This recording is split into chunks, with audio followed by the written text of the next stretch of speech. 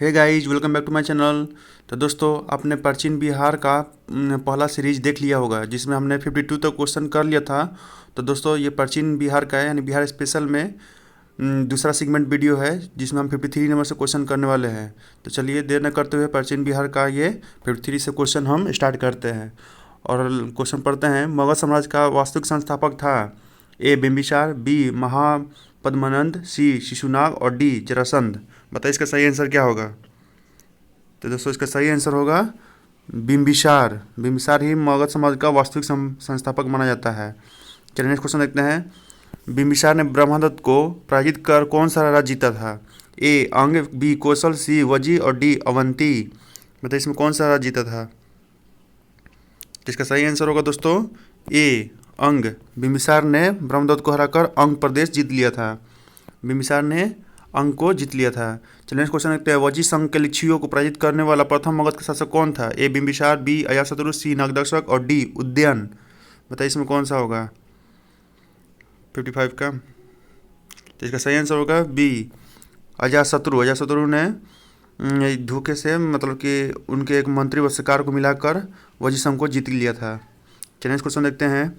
पाटलिपुत्र नगर की स्थापना किस शासक ने किया था। ए बिम्बिसार, बी उदयन, सी अजातशत्रु और डी नागदर्शक। दोस्तों, यहाँ पर पूछा जा रहा है पाटलिपुत्र नगर की स्थापना पूछा जा रहा है। बताइए कौन सा होगा आंसर। इसका सही आंसर होगा बी उदयन। उदयन ने पाटलिपुत्र नगर की स्थापना की थी। चलिए नेक्स्ट क्वेश्चन देखते हैं। किससे मुक्ति दिलाने के कारण चंद्रगुप्त मौर्य को भारत के मुक्तिदाता कहा जाता है। ए ईरानियों से, बी यूनानियों से, सी शकों से और डी अफगानों से। किसके कारण कहा जाता है बताइए। तो दोस्तों, यूनानियों से मुक्ति दिलाने के कारण चंद्रगुप्त मौर्य को भारत का मुक्तिदाता कहा जाता है। यूनानियों से उन्होंने मुक्ति दिलाई थी। चलिए इस क्वेश्चन देखते हैं। चंद्रगुप्त मौर्य के उपरांत मौर्य साम्राज्य का शासक बना। चंद्रगुप्त के उपरांत मौर्य साम्राज्य का कौन संस्थापक बना। ए अशोक, बी बिम्बिसार, सी तीवर और डी बिंदुसार। बताइए तो चंद्रगुप्त मौर्य के बाद उसका उत्तराधिकारी कौन बना। आप सब जानते होंगे, उसका उत्तराधिकारी बिंदुसार बना। चलिए क्वेश्चन देखते हैं। अशोक का धर्म था नैतिक आचार संहिता, बी प्रशासनिक संहिता, सी युद्ध संहिता, डी धार्मिक संहिता। बताइए क्या था। तो इसका सही आंसर होगा ए नैतिक आचार संहिता। अशोक का धर्म था नैतिक आचार संहिता। धर्म संस्कृत शब्द है जिसमें धर्म का अर्थ होता है धर्म। चलिए नेक्स्ट क्वेश्चन देखते हैं। किस विद्वान ने चंद्रगुप्त मौर्य के राज्य प्रसाद के बारे में कहा कि इसकी शानो शौकत का मुकाबला न तो सूसा और न ही एक बतना कर सकता है। ए फाहियान, बी मेगास्थनीज, सी एरियन और डी बी ए स्मिथ है। बताइए किसने तुलना किया है सूसा एक बतना से। तो इसका सही आंसर होगा दोस्तों एरियन। एरियन ने सूसा और एक बतना से इसकी तुलना किया है। पाठ्यपुस्तक के राजप्रसाद के बारे में ये कहा है। चलिए इस क्वेश्चन देखते हैं। 61 नंबर। गया के समीप नागार्जुन की पहाड़ियों में प्रसिद्ध गोपिका गुफा का निर्माण किसने करवाया था। ए अशोक ने, बी चंद्रगुप्त ने, सी बिंदुसार ने और डी दशरथ ने। बताइए इसका सही आंसर क्या होगा। तो इसका सही आंसर होगा दोस्तों डी दशरथ ने करवाया था। चलिए क्वेश्चन देखते हैं। मौर्यकालीन चमार गृहिणी यक्षिणी प्राप्त हुई है। ए दीदारगंज पटना से, बी वैशाली से, सी बसार से और डी सारनाथ में। तो दोस्तों, इसका सही आंसर क्या होगा बताइए आप लोग। तो आप सब जानते हो दोस्तों, दीदारगंज से यक्ष यक्षिणी की मूर्ति जो प्राप्त हुई है वो कहाँ से, दीदारगंज से, पटना से। चलिए नेक्स्ट क्वेश्चन को देखते हैं। पाटलिपुत्र के नगर निर्माण तथा सुंदरता का वर्णन किसने किया। ए सेल्यूकस ने, बी मेगास्थनीज ने, सी चाणक्य ने और डी जस्टिन ने। बताइए क्या होगा आंसर। तो दोस्तों, इसका सही आंसर होगा मेगास्थनीज। मेगास्थनीज ने इसकी सुंदरता का जिक्र किया है अपने पुस्तक इंडिका में। चलिए नेक्स्ट क्वेश्चन को देखते हैं। किसके शासनकाल में मिस्र के राजा फिलाडेल्फस यानी टालमी द्वितीय ने डायनोसियस नामक राजदूत को पाटलिपुत्र भेजा था। ए अशोक, बी बिंदुसार, सी चंद्रगुप्त और डी समुद्रगुप्त। बताइए किसके काल में भेजा था। तो सही दोस्तों आंसर होगा बिंदुसार। बिंदुसार के दरबार में डायनोसियस नामक राजदूत भेजा था। किसने, टालमी द्वितीय ने भेजा था। चलिए इसको हम देखते हैं। किस विद्वान के अनुसार चंद्रगुप्त मौर्य ने पालिब्रोथस यानी पाटलिपुत्रक उपनाम धारण किया था। A William Jones, B Plutarch, C Justin और डी स्ट्रेवो। क्वेश्चन फिर से ध्यान से देखिए दोस्तों। किस विद्वान के अनुसार चंद्रगुप्त मौर्य ने पालिब्रोथस उपनाम धारण किया था। चंद्रगुप्त के बारे में बोला जा रहा है, उसने क्या धारण किया था, पालिब्रोथस। पालिब्रोथस का यहाँ पर जिक्र किया गया है। तो किस उस उपनाम धारण किया था किस विद्वान के अनुसार? बताइए। तो इसका सही आंसर होगा डी, स्ट्रेबो के अनुसार। स्ट्रेबो के अनुसार उसने पालीपुथोस की उपाधि धारण की थी, स्ट्रेबो बोलता है। मौर्यकालीन में पाटलिपुत्र का प्रशासन 30 नागरिकों की सभा संचालित करती थी जो 5 सदस्यों की 6 समितियों में संगठित थी। यह कथन किसका है? ए चाणक्य का, बी डिमाक्लियस का, सी मेगास्थनीज का और डी फाहियान का। बताइए इसका सही आंसर क्या होगा? दोस्तों ये बताया है मेगास्थनीज ने इंडिका में अपने मेगास्थनीज ने अपने इंडिका में बताया है कि मगध का 30 नागरिकों की सभा था मगध में, जो 5 सदस्यों का थे और 6 समितियों में विभाजित थी। वो पाटलिपुत्र प्रशासन की देखभाल करता था। नेक्स्ट क्वेश्चन देखता है कि शुंग शासक ने पाटलिपुत्र में स्थित कुकुट राम विहार को 3 बार नष्ट करवाने का प्रयत्न किया? ए वसुज्येष्ठ, बी अग्निमित्र, सी पुष्पमित्र और डी देवभूति। बताइए इसका सही आंसर क्या होगा? इसका सही आंसर होगा पुष्पमित्र शुंग ने। पुष्पमित्र शुंग को कहा जाता है कि वो बौद्ध का मतलब विध्वंसक था और वो ब्राह्मण का उपासक था। चलिए नेक्स्ट देखते हैं। कौरव वंश का संस्थापक था? ए देवभूति, बी पुष्पमित्र, सी अग्निमित्र और डी वासुदेव। बताइए कौन सा होगा कौरव का? तो इसका सही आंसर दोस्तों होगा डी वासुदेव। कौरव वंश का संस्थापक कौन था? वासुदेव। चलिए नेक्स्ट क्वेश्चन देखते हैं। कनिष्क ने पाटलिपुत्र के किस बौद्ध विद्वान को अपने दरबार में प्रश्रय दिया था? ए मथर, बी वसुमित्र, सी पार्श्व और डी अश्वघोष। बताइए कौन सा आंसर होगा? तो इसका सही आंसर होगा दोस्तों डी अश्वघोष को। अश्वघोष ने ही चतुर्थ बौद्ध संगति में उसकी क्या किया था? अध्यक्षता की उपाध्यक्षता किया था। बताइए कमेंट में बताइए इसको क्या किया था। मगध पर शासन करने वाला राजवंश का सही क्रम क्या है? शिशुनाग वंश, हर्यक वंश, नंद वंश, मौर्य वंश, शुंग वंश, कण्व वंश। बी हर्यक वंश, शिशुनाग वंश, नंद वंश, मौर्य वंश, कण्व शुंग। हर्यक वंश, शिशुनाग वंश और डी कण्व, हर्यक, शिशुनाग, नंद, मौर्य, शुंग। बताइए कौन सा सही है?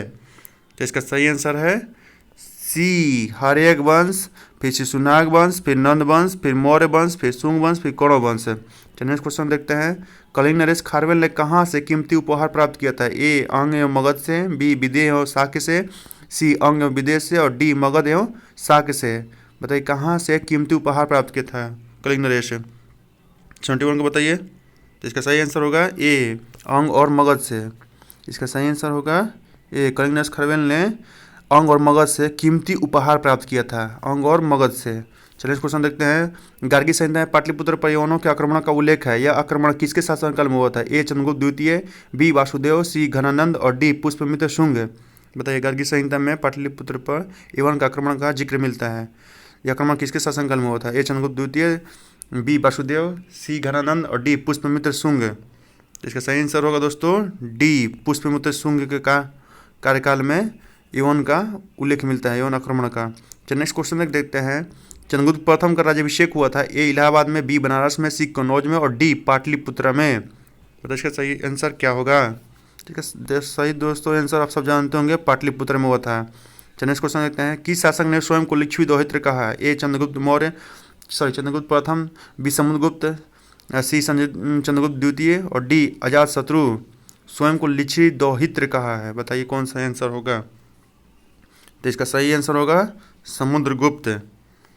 समुद्रगुप्त ने स्वयं को लिच्छवी दोहित्र कहा है। लिच्छवी दोहित किसने कहा है? समुद्रगुप्त। समुद्रगुप्त ने लिच्छवी दोहित्र कहा है, याद रखिएगा दोस्तों। मगध के किस शासक को कली का अंश, परशुराम अवतार, क्षत्रियों का नाशक, 100 छत्रांग, एक छत्र विकराट कहा गया है? बताइए इसका सही आंसर क्या होगा? हम ऑप्शन देते हैं आपको। ए घनानंद, बी महापद्मनंद, सी अजातशत्रु और डी उदयन। बताइए इसका सही आंसर क्या होगा? तो दोस्तों इसका सही आंसर होगा बी महापद्मनंद। चलिए क्वेश्चन देखते हैं। किस शासक के काल में शैलेंद्र वंश के शासक ने नालंदा में एक बौद्ध मठ का स्थापना करवाया था? ए धर्मपाल, बी रामपाल, सी देवपाल और डी गोपाल। नालंदा में एक बौद्ध मठ का स्थापना शैलेंद्र वंश के शासक ने किसके कार्यकाल में करवाया था? बताइए। जिसका सही आंसर होगा देवपाल। देवपाल के शासनकाल के दौरान शैलेंद्र वंश के शासक ने नालंदा में एक बौद्ध मठ का स्थापना करवाया था, देवपाल। चलिए क्वेश्चन देखते हैं। किस शासक ने उदयपुरी बिहार शरीफ में बौद्ध विहार की स्थापना करवाया था? ए गोपाल, बी धर्मपाल, सी देवपाल, डी नयनपाल। बताइए इसका आंसर क्या होगा? इसका सही आंसर होगा ए गोपाल। गोपाल ने उदयपुरी में बौद्ध विहार की स्थापना कराया था। चलिए नेक्स्ट क्वेश्चन, मगध के शासक अजातशत्रु ने किसके आक्रमणों के विरोध में गंगा और सोन के संगम पर अवस्थित पाटलिपुत्र को शोषित तथा किलों को शोषित किया जो आगे चलकर पाटलिपुत्र नगर बना? ए यूनानियों, बी डेमेट्रियस, सी वैशाली के बज्जियों से और डी अंग शासकों से। बताइए इसका सही आंसर क्या होगा 78 का?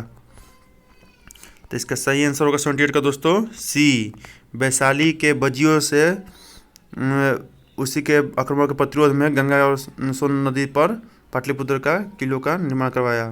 चलिए नेक्स्ट क्वेश्चन देखते हैं, बिहार में 7.5 फीट ऊंची बुद्ध की एक पीतल की मूर्ति प्राप्त हुई, कहाँ से? ए गया से, बी सुल्तानगंज से, सी पटना से और डी नालंदा से। तो दोस्तों इसका सही आंसर होगा बी, सुल्तानगंज से। सुल्तानगंज से 7.5 फीट ऊंची बुद्ध की एक पीतल मूर्ति प्राप्त हुई है दोस्तों। चलिए नेक्स्ट क्वेश्चन को देखते हैं, बिहार में बौद्ध शिक्षा का प्राचीनतम केंद्र था? ए नालंदा, बी विक्रमशिला, सी उदनपुरी और डी वैशाली। तो दोस्तों इसका सही आंसर होगा नालंदा, जहाँ बौद्ध शिक्षा का प्राचीनतम स्रोत कहाँ है? नालंदा। चलिए नेक्स्ट क्वेश्चन देखते हैं, किसने यह वर्णन किया कि मध्य भारत के सभी देशों में मगध देश में सर्वाधिक नगर थे? धनपतियों ने यहाँ चिकित्सालय बनवाए थे जहाँ रोगियों को मुफ्त भोजन और दवाई दी जाती थी। किसने कहा है? ए हंसांग, बी मेगास्थनीज, सी फाहियान और डी इत्सियांग ने। बताइए किसने कहा है? तो दोस्तों ये जिक्र फाहियान ने किया है, ये जिक्र फाहियान ने किया है। चलिए इस क्वेश्चन को देखते हैं, हर्षवर्धन के मृत्यु उपरांत बिहार के कुछ क्षेत्रों में कुछ समय के लिए तिब्बती की संप्रभुता स्थापित हो गई, जिसका अंत किया था? ए माधव गुप्त ने, ज्योत गुप्त ने, आदित्य सेन ने, कुमार गुप्त तृतीय ने। बताइए इसका सही आंसर क्या होगा? तो इसका सही दोस्तों आंसर होगा आदित्य सेन ने। आदित्य सेन ने तिब्बती संप्रभुता को स्थापित हो गई थी, उसको ही अंत किया था, मैंने कि तिब्बती संप्रभुता को अंत किया था आदित्य सेन ने। चलिए नेक्स्ट क्वेश्चन देखते हैं, चीनी यात्री त्सियांग बिहार का भ्रमण किया था कब? ए 405, बी 635 ईसा पूर्व, सी 673 और डी 573 ईसा पूर्व। बताइए इसका सही आंसर क्या होगा? इसका सही आंसर होगा सी 673 ईसा पूर्व। नेक्स्ट क्वेश्चन देते हैं, हर्षवर्धन के समय में बिहार राज्य में कौन सा विश्वविद्यालय प्रसिद्ध था? ए चंपारण, बी गया, सी पटना और डी नालंदा। बताइए इसका सही आंसर क्या होगा? तो दोस्तों उस वक्त नालंदा ही प्रसिद्ध था। चलिए नेक्स्ट क्वेश्चन देखते हैं, बोध गया के महाबोधि वृक्ष को क्षति पहुंचाने वाला शासक कौन था? ए ग्रह बर्मन, बी हर्षवर्धन, सी शशांक और डी राज्यवर्धन।